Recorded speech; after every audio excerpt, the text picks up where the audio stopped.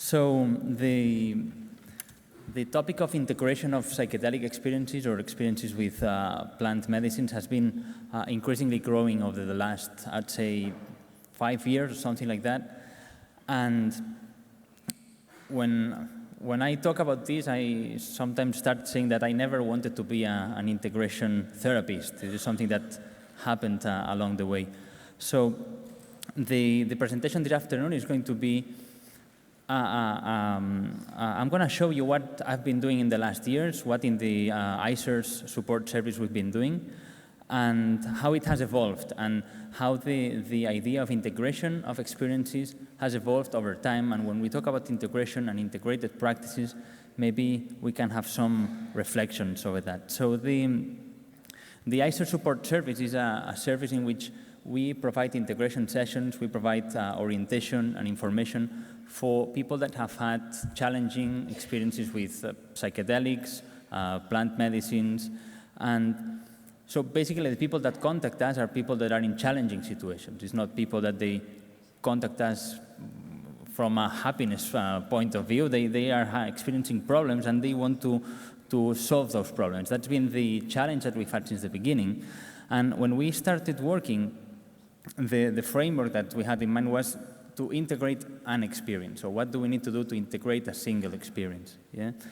The process, it began in a curious way. So we started receiving emails of people that have had challenging experiences with ayahuasca mostly, and then they were requiring some answer from ourselves, and we needed to support them and to find a way to work with them. So at the beginning, it was a very not organized and not structured way of supporting. We didn't really know what we were doing. We were just listening to what people were reporting, what people were explaining. I remember the first case I had in 2012, and basically I couldn't do much. I just listened to what the guy was sharing empathically and trying to provide my encouragement, my support, but that was the beginning of the story. No? We saw that there was things that needed to be provided to the community. We continued offering that through email. People would write us, and then we would either answer the emails or organize Skype sessions, or if people were in Barcelona, we would provide live sessions. And one of the principles of this integration and support service that we have at ICER is that it's always been a free service. We felt that was a service to the community, so we've been providing integration sessions for free. For the first couple of years, we were just doing what we could. The approach that I had back then was mostly based on a transpersonal approach of psychotherapy. So mostly I was focusing in meaning making of the experiences, on working through metaphors, and also having this spiritual perspective of the psychedelic or entheogenic experience. Then in 2015 we started systematizing a little bit more what people were asking from us. So why did people contact us? And then I started finding categories of what people were demanding in those emails, like why people were writing, what are the problems that people were experiencing. My training as an engineer makes me try to divide things into smaller pieces so I can comprehend them better. So I started creating boxes and boxes and boxes and seeing what needs people would have. So as you can see, most of the needs had to do in the beginning with integration requests, also reports of adverse effects that people have had. And also back then, a lot of people had questions about where do I go to drink ayahuasca? If I want to find a shaman, I want to find a center, where do I go? So then we modified our website. We brought some more information so people could find those information already on the website. And in the next years, the requests started changing, and you will see that over the years, the amount of cases that have to do with integration has been increasing. So mostly now what we deal is with integration requests, not so much with information about centers, retreats. There's been an increasing amount of people that what they ask for is if ayahuasca can be helpful in treating certain physical conditions. People with fibromyalgia, people with diabetes, people with strange diseases that they haven't found a solution for in their traditional Western medical practice. In year 2018, we got a grant from from the European Union, and that allowed us to expand a little bit more our service. And we devoted many, many hours to do psychotherapy on integrating experiences. So throughout these years, it was very humbling for me to see where my skills as a therapist were not enough to meet the needs of the people that were coming to us. So I had to go in a way from the perspective that I had then to try to find ways to improve the service that we were offering. So it was not like a top-down kind of idea. It was more like, this situation is not working, I need to find the tools to make it work. Basically, throughout these years, one of the things that made my life easier was, again, putting ideas into smaller boxes, trying to understand them better. And I came with like a definition of what are the problems that people experience, or where do problems come from in the experiences with psychedelics or ayahuasca. Basically, when we talk about integration, I think it's very important to focus on what does people mean by integration, why someone feels that they need to integrate an experience. For me, as a therapist, it's an extremely important thing. All right, there we go. And so understanding the reasons for someone to ask for support, to pay for a session, to look for a therapist, to look for healing, that's extremely important for me. And I've seen that basically there are two different requests. One would be the, sorry, I'm going to go backwards. So this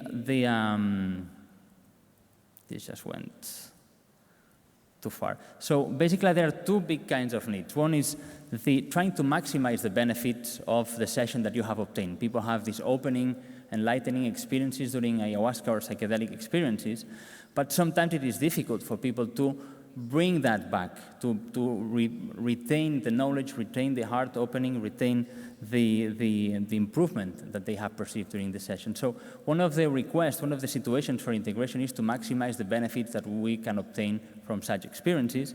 And another situation is to deal with undesired effects, to deal with something that has gone wrong. And for me, these are two very different situations in integration.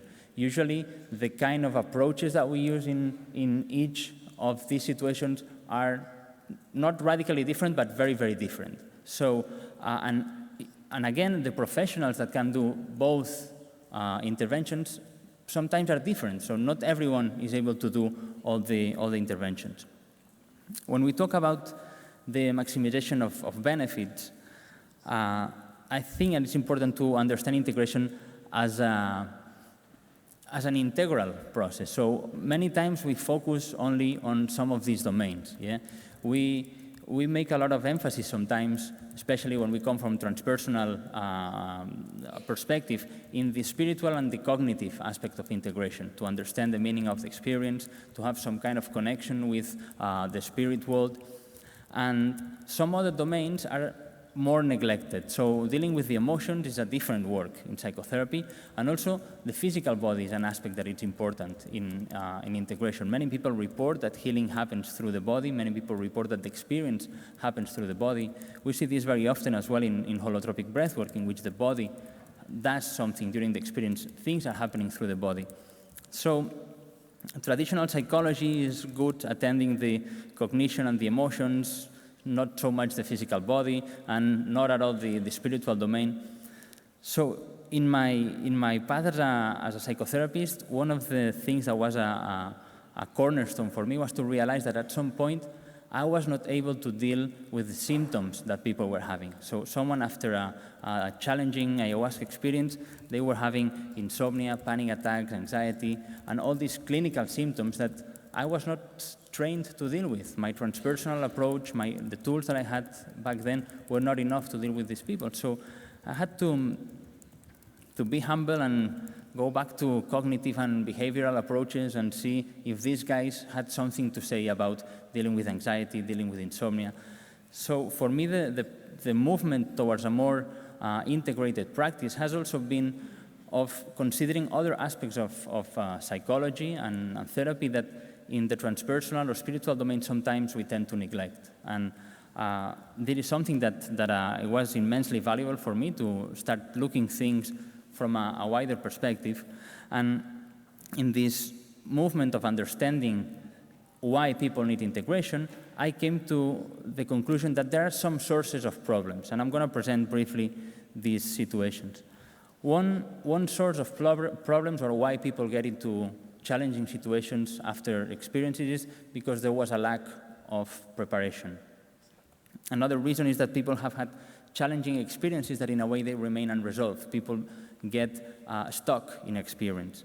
Another source of requests comes from people that they suffered from a previous psychological disorder or psychiatric disorder, and after the experience, the symptoms exacerbate, and the situation becomes really difficult to handle, both for the person and the family. Another situation is when during the experience happen very traumatic experiences that can resemble what some psychologists call psychotic breaks or very erratic behavior, and after that people experience all sorts of problems that resemble very much what we understand as PTSD, post-traumatic stress disorder, but it's closer to the it's an acute stress disorder. So there's been a traumatic experience, and what people experience afterward is the acute effects of that traumatic experience. Another source of situations that can become problematic is what I call the repeated intakes without integration. People that go from experience to experience using different medicines, different techniques, different retreats, one after the other, and thinking that the next session is going to resolve the previous session. It becomes a pattern, and anxiety can appear, and many weird symptoms, no? That in psychology they call them schizotypal symptoms. And another source of problems is the problems in the interaction with facilitators. So people, and here we can include all kinds of unskilled behavior during the ceremony, people that are not enough trained to hold space for other people, or people that are unethical and they abuse the clients both sexually or power or by money. So there are all sorts of things happening in ceremonies that they should not happen, but that's a clear source of problems.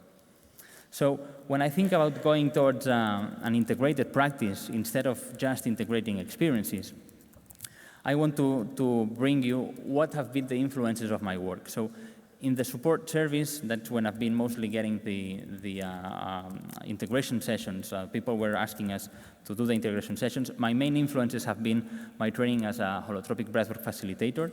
That gave me a background in being comfortable with challenging experiences, with extreme experiences in a way. My private psychotherapy practice, like seeing people that have similar manifestations than those that have taken ayahuasca but that have not taken ayahuasca. Is it the same thing? Is it different? So that's been also an influence in my work. Then training and supervising, both. Going to supervision, getting more training in different psychotherapeutic schools, and also supervising and training, as Maria was saying before, especially at the Cosmical service. So Cosmical is a service in Boom Festival, which is a psytrance festival. People take lots of substances in high doses and for many days. So there you see a whole range of manifestations of situations that can be very, very challenging. And for me, that was helpful to see. So this is where the problems happen, and then like 1 month later or some months later, these people are those that write to us at the ICER support service. So that helped me to understand the continuum of the problem, not to see it as an isolated event. When we talk about integration, it's essential to understand it as a process. So any problem in integration is not a problem only in integration. Most of the times things have happened before, there's been some problematic aspects before, and all that builds up to problems in integration. And I think that nowadays it's especially important to differentiate what integration is and what psychotherapy is. They are not the same. There are different kinds of interventions with different objectives, and they should be approached in different ways. Otherwise, we can get in this mixed kind of intervention that I don't think that serves neither the client or the therapy itself. Another source of going towards an integrated practice was some workshops that we have been doing with practitioners all around the world, in which they told us what they needed to go into a more integrated practice. And some of the things that people offering ceremonies and people working in this work, what they feel they need is these questions: preparation for screening, what to do in extreme situations, what happens regarding legal aspects, emergency procedures, and these kind of practices that you see here. So what we are now focused in the foundation are 3 work streams. One, and the most important, is to continue providing the service to the people that contact us. But through these years, we've seen that there's the need to also to structure the things that we've been learning and to present the things that we've been learning. And in that regard, we are thinking of creating some kind of written material explaining and showing the work that we have been doing. We don't pretend to be the only way to do that. We just want to show one way of doing integration. Nowadays, we use the word integration a lot, but I don't think we understand each other when we talk about integration. There are many ways to do integration.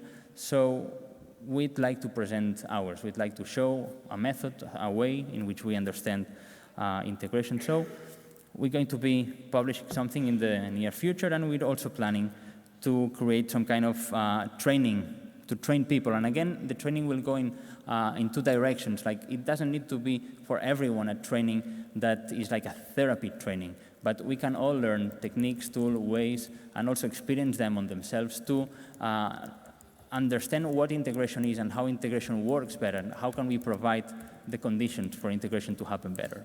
Yeah? So just as a summary, some of the main aspects of this talk is that the work that we've done at ICERS comes from the community, so everything we've learned comes from the people that have contacted us.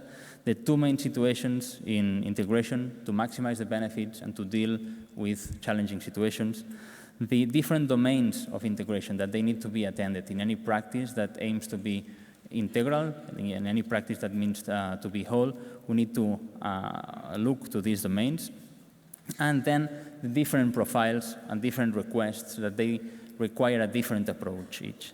So that's it, and thank you very much.